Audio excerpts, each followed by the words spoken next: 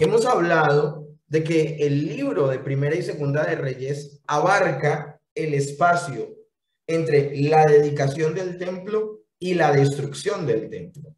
Ese es el tiempo que vamos a estar viendo. Y estos 5 movimientos, mis hermanos, desde su inicio hasta su final, se van a centrar en un mismo lugar, el templo, pero en primera instancia en su edificación, en su construcción y finalmente en su destrucción. Estamos hablando de que estos libros inician y comienzan y terminan en Jerusalén. Y lo tremendo del asunto es que estos dos eventos son importantísimos al interior de la fe judía. Puede que yo ya les haya hablado de lo que vamos a hablar en esta clase en particular el día de hoy, pero así como nosotros no podemos perder de vista el éxodo o la creación del hombre o el pecado en Génesis capítulo 3, eventos puntuales de la historia judía y de esta revelación progresiva que venimos estudiando en estos días jueves en teología bíblica, es importante que nosotros entendamos lo que sucedió en el periodo de los reyes. El periodo de los reyes, ustedes saben, primera y segunda de Samuel nos habla de la transición de la época de los jueces a la época de los reyes. Esa transición es primera y segunda de Samuel. Y esa transición se da con Saúl y con David. Y el profeta por excelencia que se mueve en ese tiempo es Samuel. Pero también vemos cómo ya en segunda de Samuel capítulo 7 y el capítulo 11, el profeta que ya está, porque pues obviamente Samuel ha muerto, es Natán. Y esto es importante, mis hermanos, porque de la mano de los reyes, un papel protagónico también va a ser el papel de los profetas. Por eso el nombre de la segunda clase del día de hoy, reyes y profetas. Y lo que vamos a hacer el día de hoy es, primero que todo, recordarles que todo el relato de la historia de primera y segunda de Reyes nos habla de la historia que lleva a la tragedia a toda la nación de Israel. Desde la dedicación del templo y ver un auge, un avivamiento, el rey David deja en una condición maravillosa a Jerusalén en cuanto a que ha dignificado las instituciones proféticas y de rey, pero también lamentablemente los mismos errores y su mismo pecado le ha pasado factura en su familia y aún en el pueblo. Y vamos a ver cómo termina esta historia, mis hermanos, con la destrucción de Jerusalén, finalmente el juicio llegando a la nación santa, a la ciudad de David, a la ciudad de Dios, a Sión, y cómo es destruido no solo el templo, sino la ciudad, y tanto el reino del norte como el reino del sur van a ser llevados cautivos. Eso es lo que va a suceder. Y hemos hablado que entre esos dos movimientos, dedicación del templo y destrucción del templo, hay otros 3 movimientos. El reino dividido, cómo los profetas se manifiestan como protagonistas de la mano de los reyes y finalmente el camino al exilio. El día de hoy, mis hermanos, vamos a ver el reino dividido y vamos a ver las consecuencias de ese reino dividido. Ahora, subyacentemente vamos a hablar también de los reyes y de los profetas. Ya hemos mencionado, mis hermanos, los primeros capítulos, cómo Salomón pide sabiduría, cómo la escritura nos habla detalladamente de la hechura del templo, y esto es maravilloso. También vimos la semana inmediatamente anterior el pecado de Salomón, esa caída que tiene Salomón desde que dedica el templo hasta que llega al ocaso de su vida. Hemos visto cómo Salomón se parece más a Faraón que al Dios que debía representar.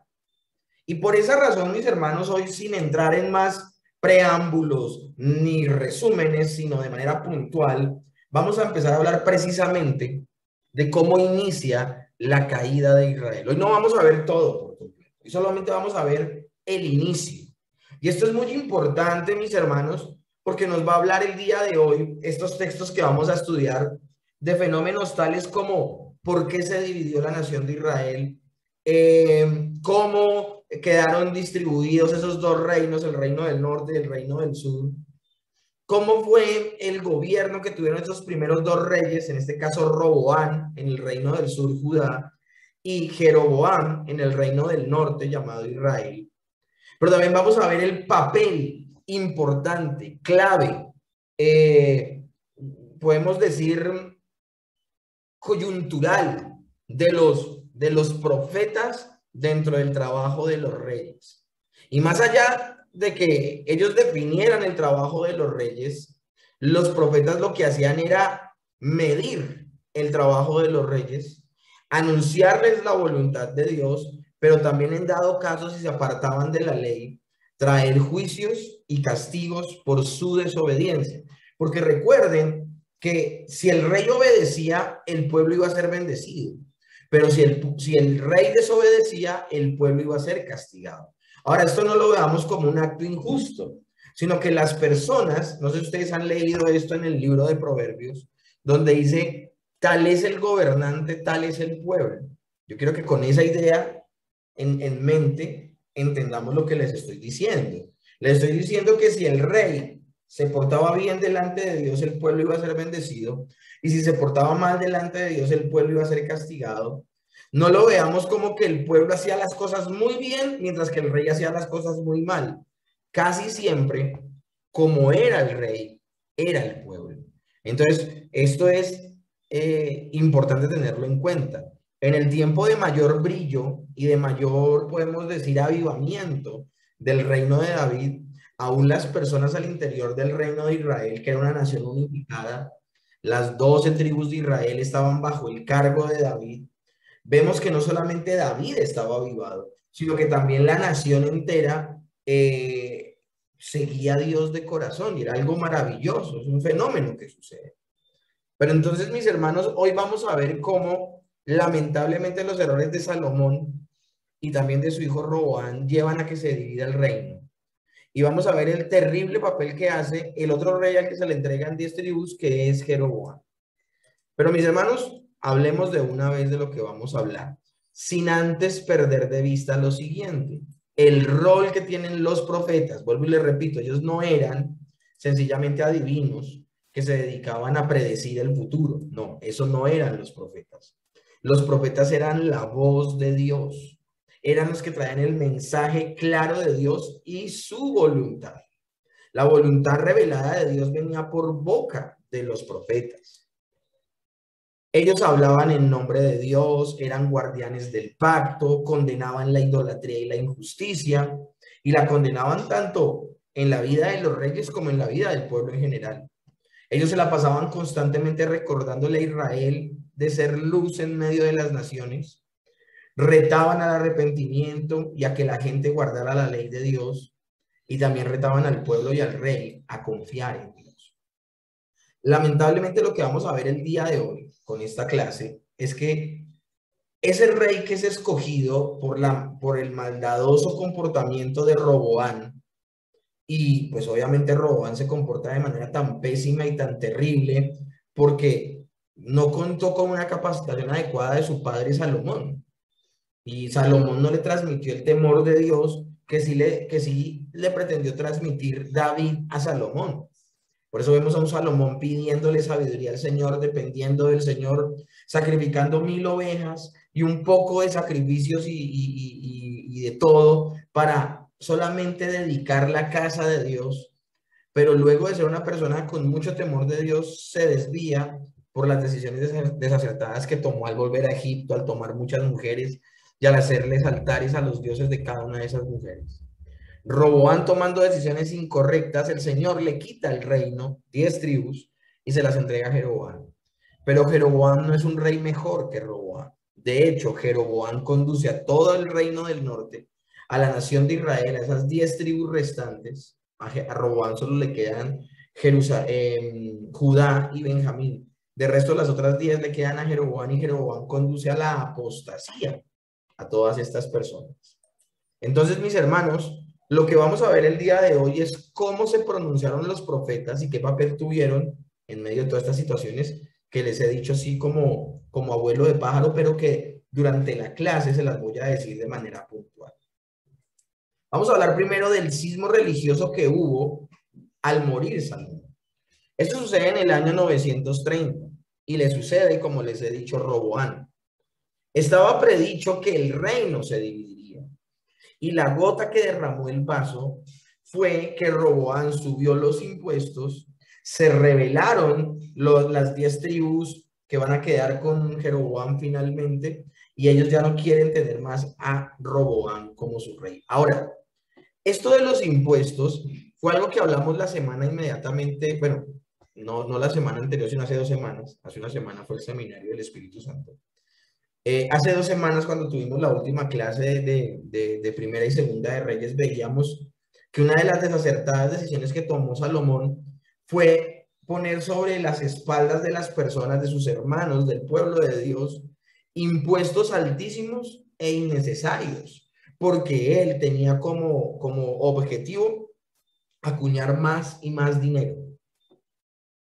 Las personas tratan de conciliar con Roboán su hijo pensando que su hijo va a tener de alguna manera más concesión y va a ser un poco más sabio que su padre, pero él no dobla su brazo, no da su brazo a torcer, él no va a bajar los impuestos de su padre, sino antes que los va a subir más. Y amenaza al pueblo diciéndole, si mi papá fue duro con ustedes, yo voy a ser doblemente duro. Roboán inicia su reinado a los 41 años y reinó 17 años en Jerusalén, que es la capital de Judá, el reino del sur. El nombre de su madre, y esto es muy clave, fue Naama. Ella era amonita. Aquí ya empiezan a haber situaciones terribles y las consecuencias de las decisiones que tomó su padre. Cuando hablamos de que la madre de él era Naama, es que este hijo es un hijo que no tuvo Salomón con una concubina, lo tuvo con una de sus 700 esposas. Y Naama era amonita. Y ella probablemente fue la responsable de haber reavivado el paganismo cananeo que se dio durante este periodo. Entonces, imagínense la yayita de mamá de este hombre, pues qué temor de Dios iba a haber en Roboam. Roboam entonces se aleja del Señor después de que se estableció en su trono y se fortaleció en esa posición de idolatría de su madre. Las condiciones espirituales del país retrocedieron al punto de que volvieron al comportamiento de la época de los jueces. Proliferó en esos tiempos los lugares altos, es decir, lugares donde habían dioses extraños. La gente ya no estaba dedicándole el tiempo al templo y a lo que había dicho Dios en la ley de Moisés, sino que se dedicó a la idolatría. El pueblo, estamos hablando de que esto sucede en Jerusalén particularmente, este comportamiento.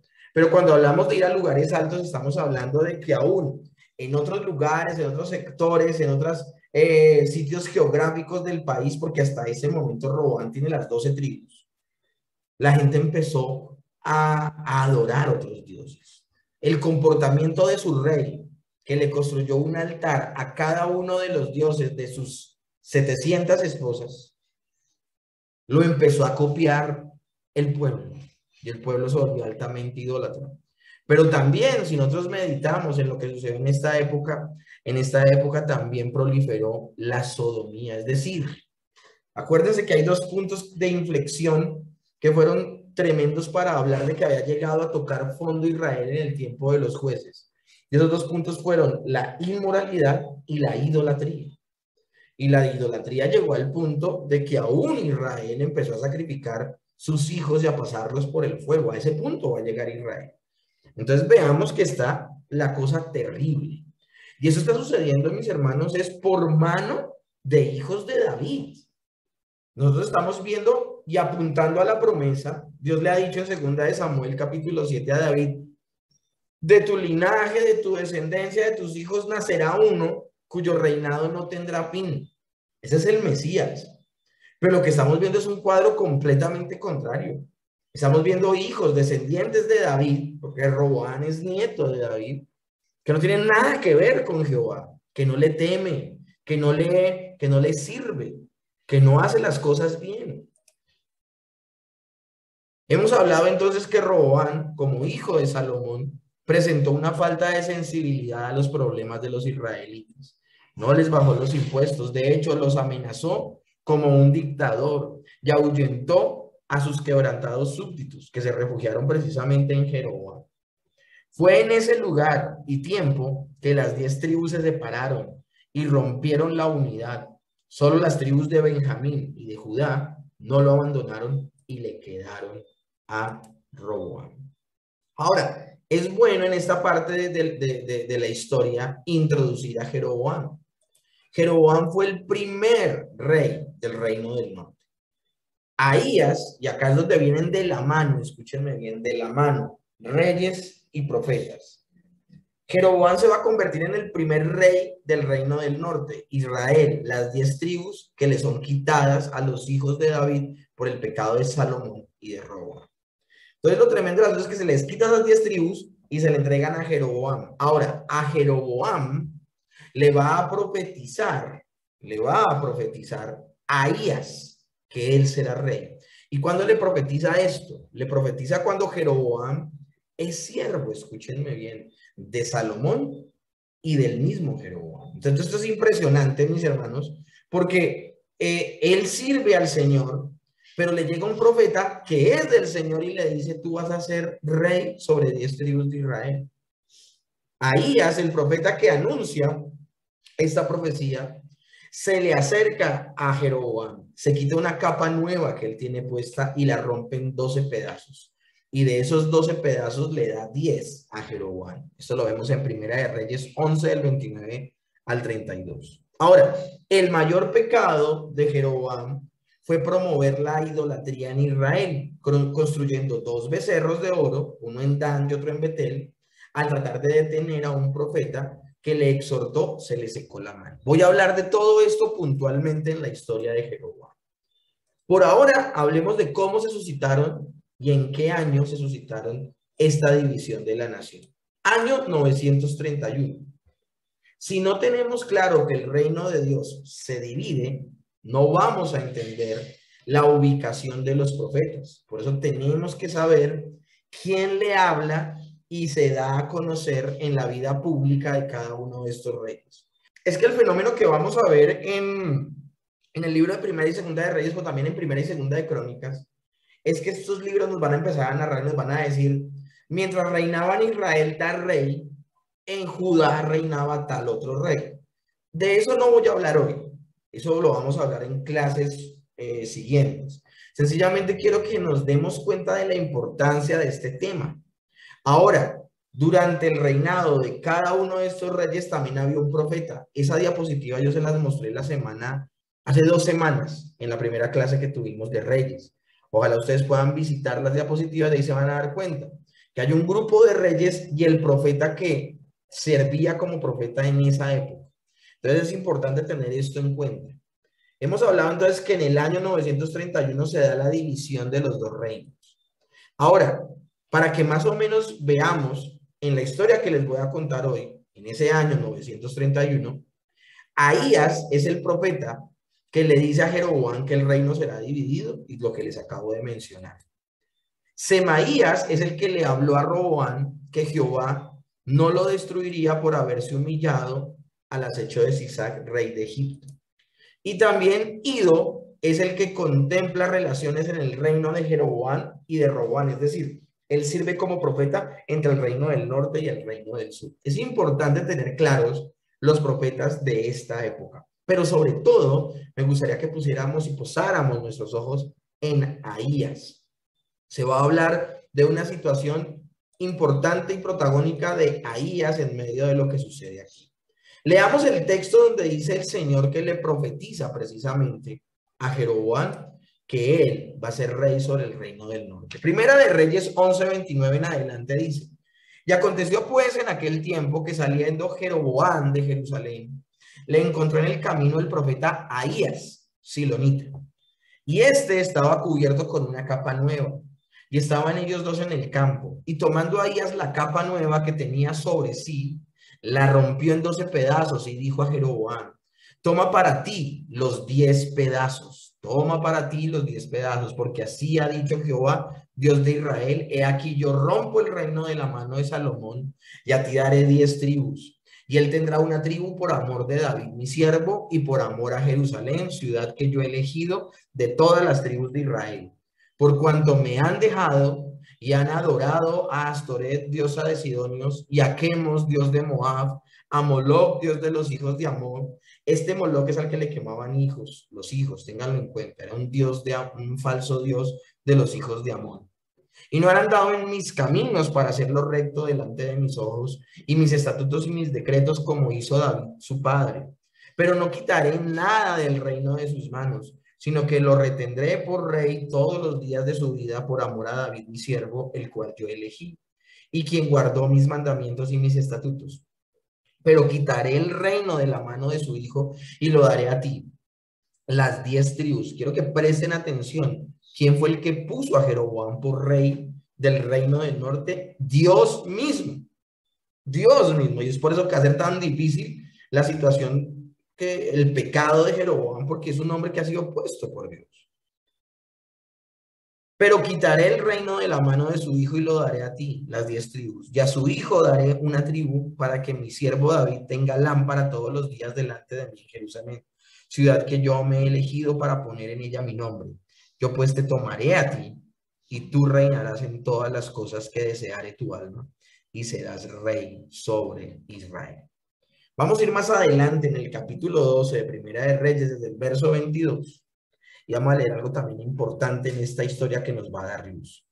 Pero vino palabra de Jehová a Semaías, otro de los profetas que les acabo de mencionar en la diapositiva anterior, varón de Dios, diciendo: habla a Roboán, hijo de Salomón, rey de Judá, y a toda la casa de Judá y de Benjamín, y a los demás del pueblo, diciendo: así ha dicho Jehová, no vayáis ni peleéis contra vuestros hermanos los hijos de Israel. Volveos cada uno a su casa, porque esto lo he hecho yo, está hablando Dios. Y ellos oyeron la palabra de Dios dicha por el profeta Semaías, y volvieron y se fueron conforme a la palabra de Jehová. El hecho de que el profeta haya hablado a Jeroboam, que Jeroboam haya convocado y que 10 tribus le hayan copiado y ahora lo tomen a él como rey en lugar de Roboam, pudo haber creado una guerra civil. Y ya iba a salir Roboam a pelear contra Jeroboam. Iban a pelear entre ellos como hermanos, pero pelear como una guerra civil. Y llega Semaías, se levanta y profetiza y le dice a Roboam: no, eso está sucediendo es por ustedes. Esto es un propósito de Dios, entonces no levanten sus armas en contra de sus propios hermanos. Roboam hace caso y se devuelve a su casa. Ahora, lo tremendo del asunto es qué hace, y cuando digo tremendo no es de aplaudir, sino la tristeza más grande que me embarga explicarles esto. ¿Qué hace Jeroboam con todo ese poder que Dios le dio? 10 tribus. Entonces reedificó Jeroboam a Siquem en el monte de Efraín y habitó en ella, y saliendo de allí reedificó Penuel. Y miran todo lo que produce el miedo en una persona. Y dijo Jeroboam en su corazón: ahora se volverá el reino a la casa de David. Si este pueblo subiere a ofrecer sacrificios en la casa de Jehová en Jerusalén, porque el corazón de este pueblo se volverá a su señor Roboam, rey de Judá, y me matarán a mí y se volverán a Roboam, rey de Judá. Todo lo que va a hacer a continuación Jeroboam nace de un miedo y de una inseguridad. A él lo había puesto Dios y solo Dios lo podía quitar, pero a él le entra una inseguridad. ¿Y qué? ¿Por qué le entra inseguridad? Porque sí, hay 10 tribus que lo siguen, él es el rey puesto, es el rey que Dios ha elegido para esas 10 tribus, pero esas 10 tribus tienen que volver anualmente al templo que queda en Jerusalén a brindarle la adoración que ha dicho Moisés que le brinden a Dios. Y él, a la conclusión a la que llega es: si esta gente vaya en su camino de ida y de regreso, les van a endulzar el oído, los van a hacerse rebelar en contra mía y voy a ser destruido. Entonces fue falta de fe lo que sucedió con Jeroboam. ¿Y qué provocó la falta de fe? Provocó la idolatría. Y habiendo tenido consejo, verso 28, hizo el rey 2 becerros de oro y dijo al pueblo: miren la conexión tan impresionante con el éxodo y el becerro de oro que construyó Aarón. Y habiendo tenido consejo, hizo él 2 becerros de oro y dijo al pueblo: bastante habéis subido a Jerusalén. He aquí tus dioses, oh Israel, los cuales te hicieron subir de la tierra de Egipto. Es decir, es un paralelo puntual con lo que sucedió con Éxodo. Y él no solo hace un becerro, hace dos. Y los va a ubicar en dos ciudades estratégicas, el uno en Betel y el otro en Dan, que es lo que recorre como los dos extremos de las 10 tribus que tiene a cargo, para que tuvieran facilidad ir las 10 tribus, 5 a un lado, 5 a otro. Y esto fue causa de pecado, porque el pueblo iba a adorar delante de uno hasta Dan. Hizo también casas sobre los lugares altos e hizo sacerdotes entre el pueblo que no eran los hijos de Leví. Él mismo consagró sacerdotes que no eran de la tribu de Leví. Entonces instituyó Jeroboam fiestas solemnes en el mes octavo, a los 15 días del mes, conforme a la fiesta solemne que se celebraba en Judá. Es decir, hizo fiestas que compitieran con las fiestas sagradas establecidas en la ley de Moisés. A los 15 días del mes, conforme a las fiestas solemnes que se celebraban en Judá, y sacrificó sobre el altar. Así hizo en Betel, ofreciendo sacrificios a los becerros que había hecho. Ordenó también en Betel sacerdotes para los lugares altos que él había fabricado. Sacrificó pues sobre el altar que él había hecho en Betel a los 15 días del mes, el mes que él había inventado de su propio corazón, e hizo fiesta a los hijos de Israel y subió al altar para quemar incienso. Esto de decir de que hizo fiesta y también puso fechas y estableció sacerdotes e hizo todo un culto y una religión, que ¿de dónde nació? El texto es claro al decir: nacieron de su propio corazón. No es un paralelo con lo que pasa con las religiones al día de hoy, con todas las religiones paganas. ¿De dónde nacen todas esas ideas acerca de esos falsos dioses? Del corazón de los hombres. Ahora, la cuestión es que este hombre es israelita, era rey del reino del norte, había sido llamado por Dios, y miren todo lo que está haciendo, producto de que no confió en Dios. Sus maquinaciones revelan que tenía un corazón malo e incrédulo. En lugar de creer en la promesa de Dios, buscó su propia seguridad y alejó al pueblo de Dios. Tuvo miedo que Israel se volviera a la casa de Jeroboam, y para evitarlo inició una serie de reformas, como la de los 2 becerros y toda la institución en torno a esta nueva religión. La religión oficial de Jeroboam, en la cual adoraba becerros de oro en las ciudades de Dan y de Betel, eran contrarias a las instituciones dadas por Dios. Varias veces Jeroboam hizo pecar al pueblo. El pecado de Jeroboam es tan grave que Jeroboam se va a convertir en el termómetro de maldad para los reyes. El capítulo termina mencionando una situación en particular. Volvió a ser sacerdotes de los lugares altos de entre el pueblo, y a quien quería lo consagraba para que fuese de los sacerdotes de los lugares altos. Era una cuestión no de llamado de Dios, sino era una cuestión de que él, al que le parecía, a dedo. Ustedes van a leer en el libro de Hebreos donde dice que nadie puede tomar para sí esa honra de servirle a Dios como sacerdote. Ese llamado al servicio y al ministerio es único y exclusivo de Dios. Ningún hombre puede llamar a otro hombre al ministerio. Solamente Dios es quien lo hace. Por eso pierde toda validez lo que está haciendo Jeroboam en el reino del norte. Ahora, mientras Jeroboam está haciendo todo esto, un varón de Dios de la tribu de Judá, cuyo nombre se desconoce, el nombre de este profeta no aparece en las escrituras. Y ya nos vamos a dar cuenta por qué no aparece el nombre en las escrituras. Emitió una profecía de juicio autorizando en su totalidad por Dios, y pronunció públicamente su profecía en el altar donde estaba Jeroboam en ese momento, juntamente con su séquito, quemando incienso. Me gustaría que vieran la foto que aparece en la diapositiva. Está uno de los becerros de oro en uno de estos 2 lugares. Y lo tremendo del asunto es que él está quemando y se está rindiendo adoración. Ahora, todo esto era a Jehová supuestamente. Pero como no había nacido del corazón de Dios, sino del corazón del hombre, era sencillamente una terrible decisión la que había tomado Jeroboam. Él está en medio de su falsa adoración cuando llega este profeta. Y el profeta dice, a la casa de David nacerá un hijo llamado Josías, el cual sacrificará sobre ti, porque le está profetizando al altar. Y le está diciendo al altar, o sea, le está hablando a una piedra, ni siquiera se dirige al rey. O sea, yo quiero que ustedes entiendan esto. O sea, así endurecido estaba el corazón de Jeroboam. Y ahorita vamos a darnos cuenta. Estaba tan endurecido el corazón de Jeroboam que el profeta ni siquiera le habla a Jeroboam. El profeta le habla al altar. Un altar hecho de piedra. Como la protesta de Dios es, más opción tienen estas piedras de oír que el mismo Jeroboam.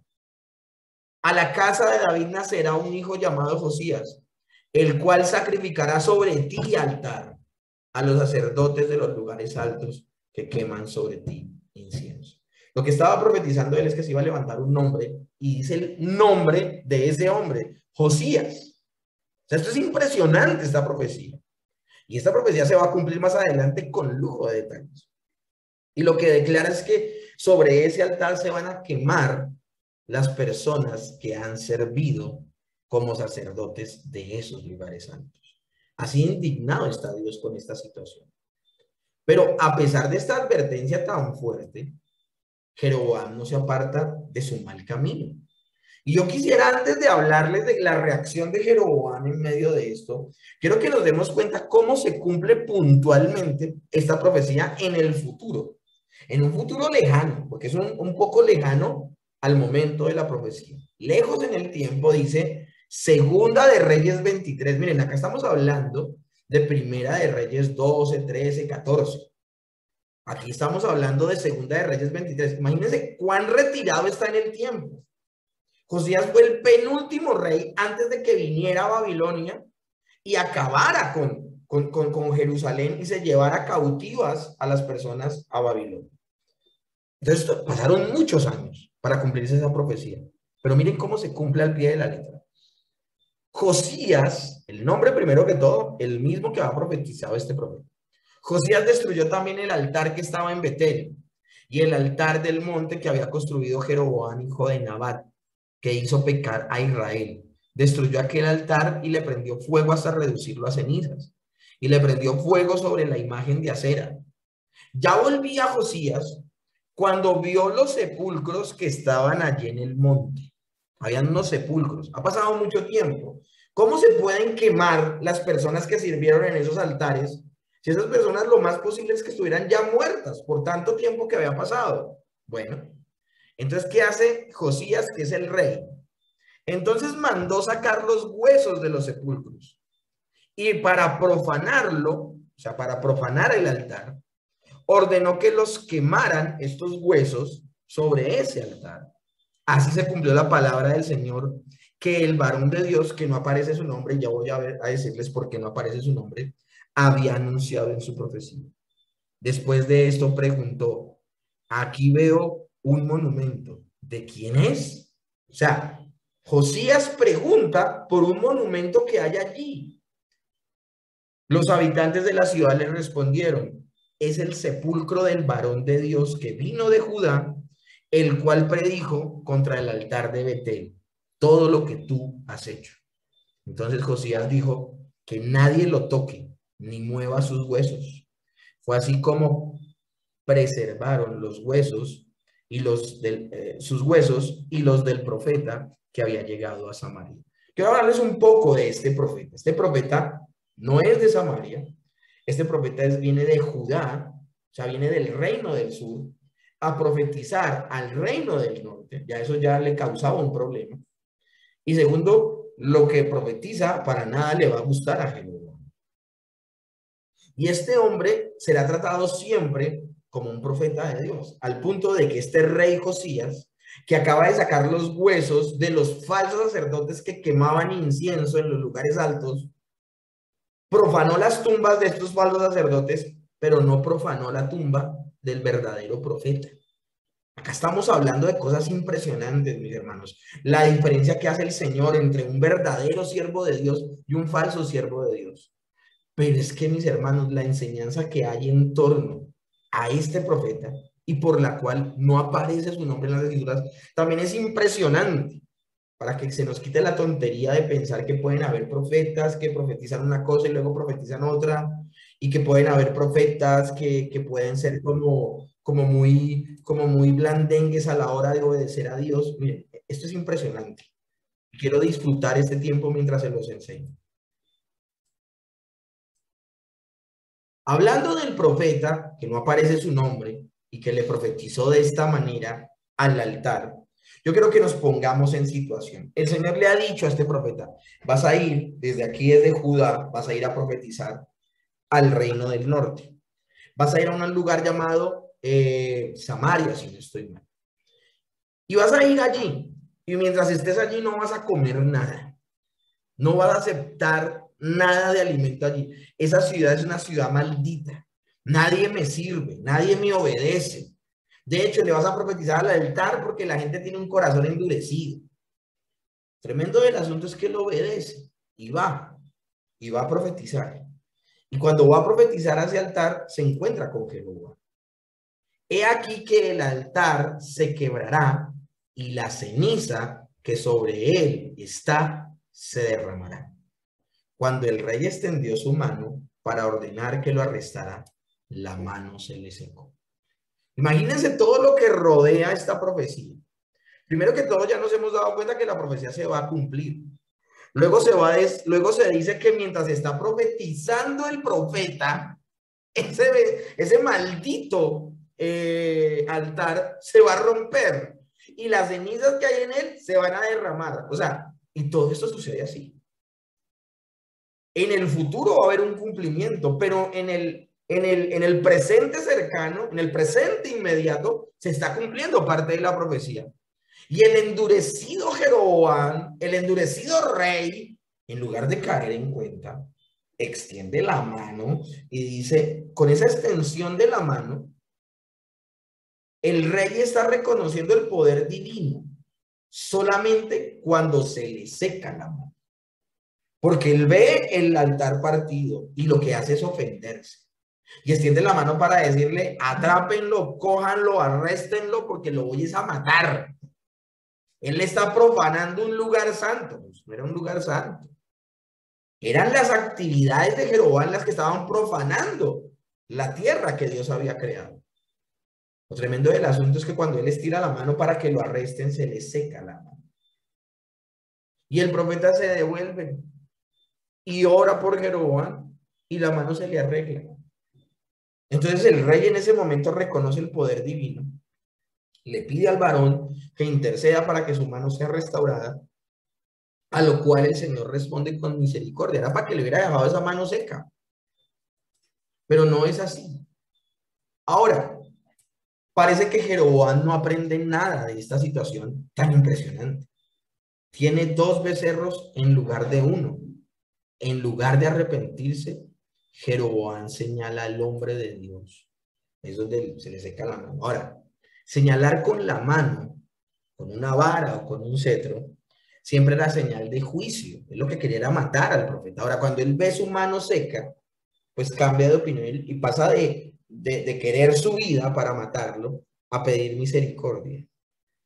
Ese era el corazón oportunista y completamente profano de Jeroboam. Fue un milagro espectacular lo que sucedió allí. La mano de Jeroboam que se secó, no la pudo enderezar.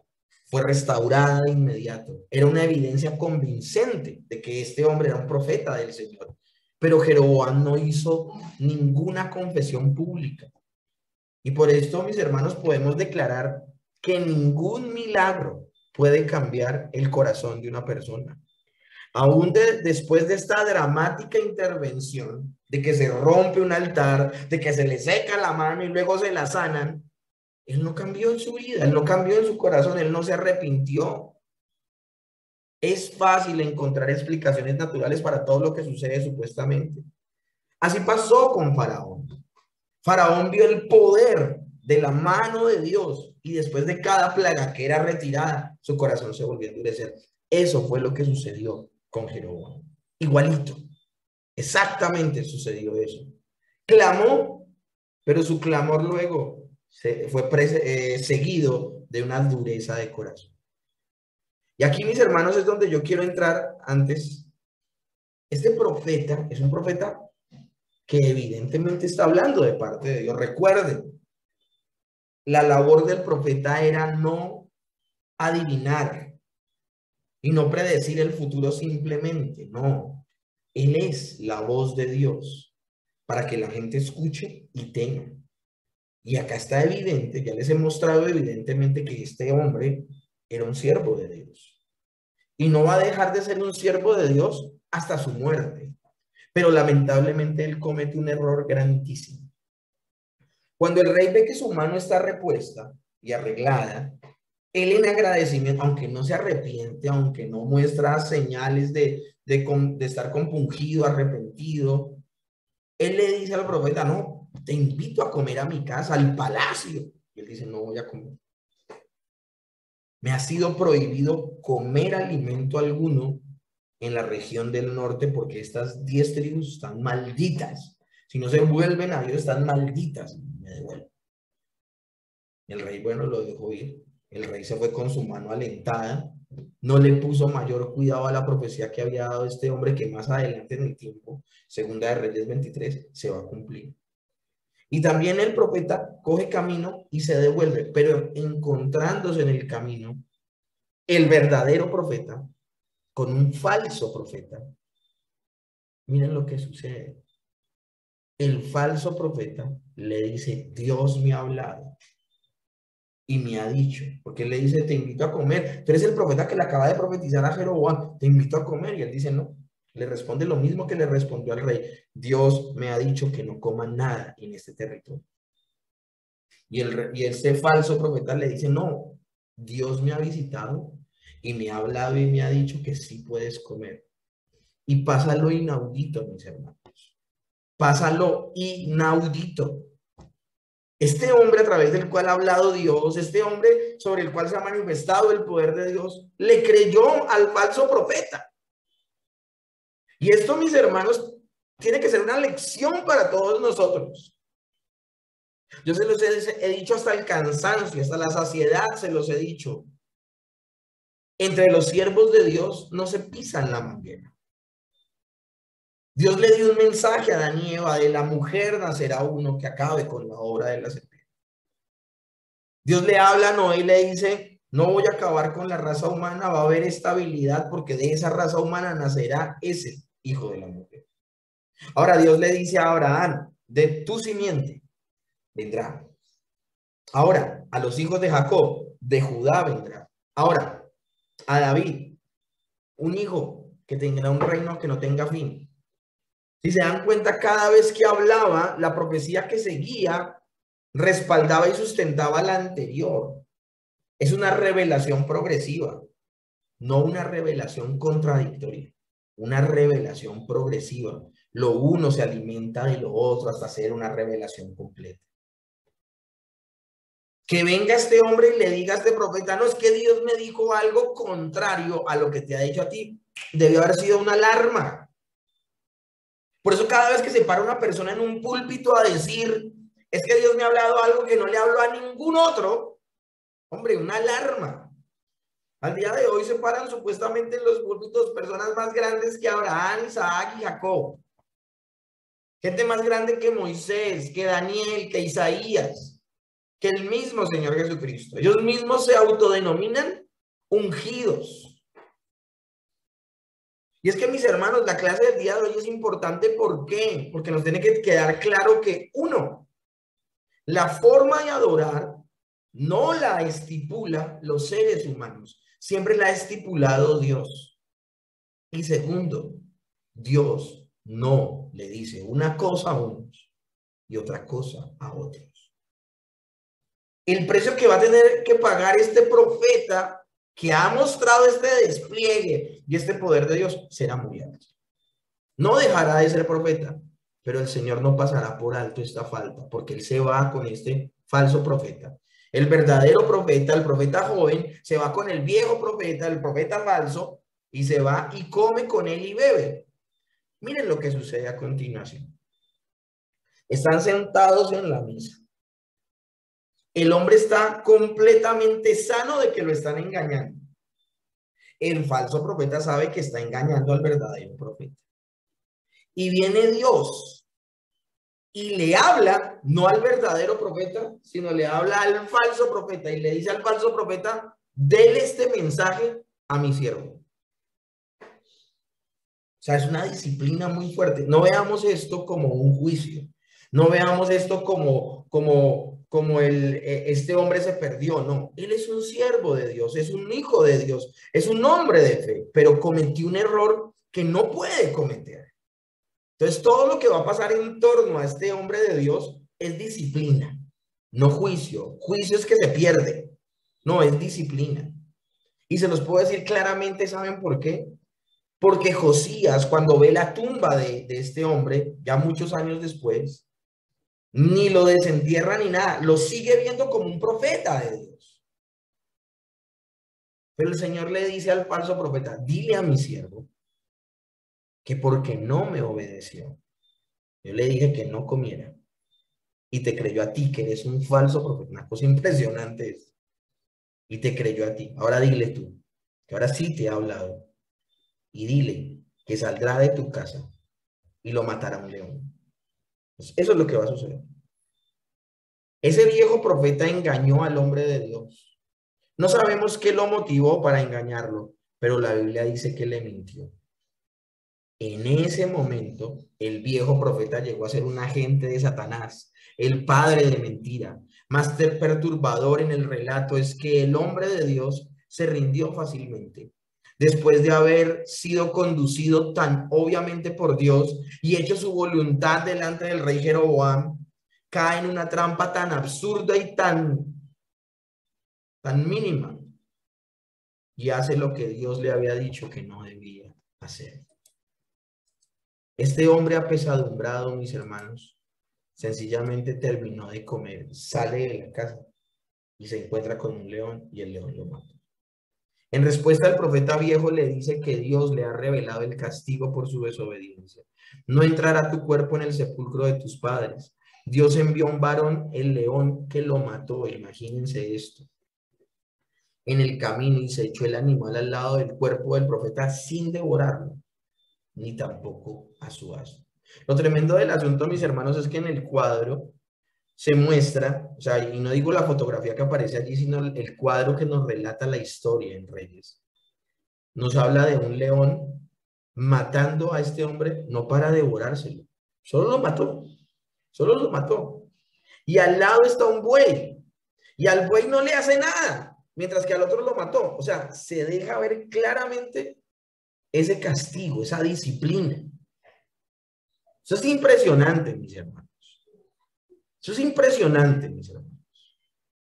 Ahora, este hombre va a ser sepultado y no va a dejar de ser conocido como un profeta. La muerte del hombre de Dios no quedó sin efecto. A diferencia del rey. El rey acaban de profetizar. Y luego de profetizar se parte el altar. Y luego de partirse el altar, él pretende hacerle daño al profeta y se le seca la mano. Y cuando se le recompone la mano por la oración del profeta, el corazón de Jeroboam no se arrepintió. No pasando esto, mis hermanos, no pasando esto con este profeta viejo y falso. La muerte del hombre de Dios no quedó sin efecto. A diferencia del rey, que presenció este milagro y siguió con su pecado, el viejo profeta creyó que la palabra de Dios se iba a cumplir. Y por eso le pide a sus hijos que cuando mueran pongan sus huesos junto a los huesos del hombre de Dios. La profecía hecha por el hombre de Dios de Judá se cumplió con Josías 3 siglos más tarde. Como se había profetizado, Josías quemó los huesos humanos en el altar. Sin embargo, no lo hizo con el hombre de Dios, ni con el viejo profeta que fue sepultado junto con él. Es decir, esta situación produjo una conversión. Produjo que este viejo y falso profeta se convirtiera verdaderamente a la fe de Dios. ¿Qué pasó con Jeroboam después de todo lo que les he relatado? Nada. Aún después de esto, Jeroboam no se volvió de su mal camino, sino que volvió a ser sacerdotes en los lugares altos de entre la clase más baja del pueblo, y a quien quería lo consagraba para que fuese de los sacerdotes en los lugares altos. Es un pecado gravísimo el que cometió Jeroboam. ¿Cómo terminan los días Jeroboam? Dice que había un hijo, el hijo menor de Jeroboam, Abías, que cayó enfermo. Y Jeroboam le pide a su esposa que se disfrace y vaya a consultarle al profeta que si su hijo enfermo vivía. Entonces, Ahías, hay que recordar esto, Ahías es un profeta de Dios, el mismo que le profetizó a Jeroboam al inicio de su reinado, que él iba a ser el rey del reino del norte. Ya ha pasado gran parte del tiempo, ya está a punto de acabarse ese reino. Lo tremendo del asunto es que Ahías ya está viejito y está ciego. Y esta mujer va disfrazada para que no reconozca que es la mujer de Jeroboam. Lo tremendo del asunto es que Dios le dijo todo acerca del plan de Jeroboam y su esposa. Ustedes imagínense a una mujer disfrazada, fingiéndose otra, entrando en la casa de un hombre ciego. Y tan pronto entra a la casa del profeta, no ha terminado de pisar la casa cuando este hombre ciego le dice: mujer de Jeroboam, ¿por qué te finges otra? Mis hermanos, lo que está mostrando todas estas historias es que Dios no puede ser burlado. El profeta enseguida desenmascara a la mujer de este mal rey de Israel y le da el mensaje de condenación de Dios para su familia. La casa de Jeroboam sería destruida porque había alejado al pueblo de su Dios. Ningún varón podría perpetuar su descendencia, la cual Dios comparó con el estiércol. Ahora, la palabra que usa el texto original es mucho más fuerte. Comparó la descendencia de Jeroboam con el estiércol, con los desperdicios humanos o animales. Una cosa impresionante. Ahora, lo tremendo del asunto es que no solamente le dice, porque las palabras que le dice son muy fuertes.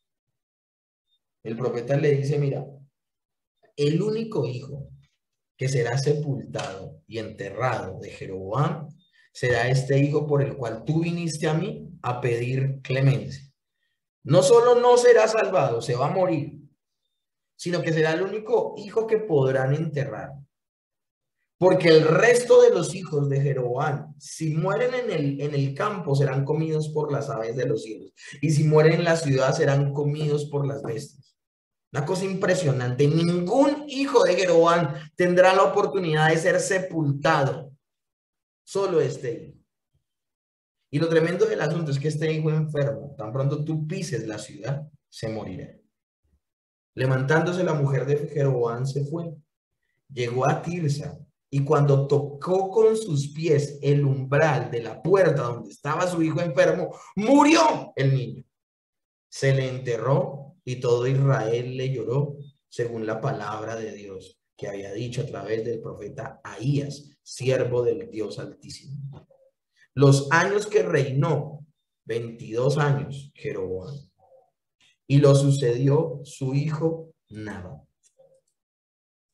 Jeroboam reinó, como les digo, por espacio de 22 años sobre Israel. Y Nabat, su hijo, fue el que lo sucedió. Y con esta diapositiva terminamos la clase del día de hoy. Lo tremendo del asunto es que hay una profecía. Y es que toda la descendencia de Jeroboam será destruida. Y ninguno de sus hijos será enterrado y sepultado. Bueno, Nadab es el rey que sucedió a Jeroboam. Pero se levanta Baasa. Y miren lo que hace Baasa. Con la muerte de Jeroboam, con la muerte, perdón, de Nadab, hijo de Jeroboam, llegó al final la dinastía de este rey, al que se le había profetizado que iban a ser desechados sus hijos como el estiércol. tal como lo había profetizado Ahías Silonita. Además, Baasa, que fue el rey que usurpó el trono, exterminó a toda la familia de Jeroboam. Es decir, el reino no le quedó a los hijos de Jeroboam. Y de hecho, el reino del norte será una completa recocha, porque no va a ser como el reino del sur, que tendrá solo una dinastía, hijos de David, y de los hijos de David se levantarán 20 reyes. En el reino del norte también habrán 20 reyes, pero de muchas familias, de muchas dinastías, unos se matarán con otros, van a haber intrigas, competencias, conspiraciones de asesinatos, todo por el poder. No. Y aunque en Judá solo va a haber una dinastía, la cosa no va a ser muy diferente porque también va a estar rodeada de mucho pecado. En la nación del norte, en Israel, ni uno de esos 20 reyes temió a Dios. Mientras que en el reino del sur, de los 20 reyes que hubo, 8 temerían a Dios, 12 no lo harían. Eso es el estudio del día de hoy, mis hermanos, de cómo la nación de Israel se divide producto del pecado del rey. El papel protagónico de los profetas, y aquí nos vamos a dar cuenta que no fue solamente una situación aislada de un Natán llamándole la atención a David, sino que vamos a ver en repetidas oportunidades que el trabajo sucio de llamarle la atención a los reyes la tendrá el profeta. Por eso muchos profetas terminarán endulzándole el oído a los reyes, porque los reyes que no temen a Dios no solo no escucharán a los profetas, sino que mandarán a matar a los profetas. Muchos profetas morirán por expresar la voluntad de Dios. Vamos a ver más adelante cómo Dios levanta no solo profetas poderosos en Judá, sino que va a levantar dos de los exponentes más maravillosos en la misma nación de Israel, el reino del norte, que son Elías y Eliseo.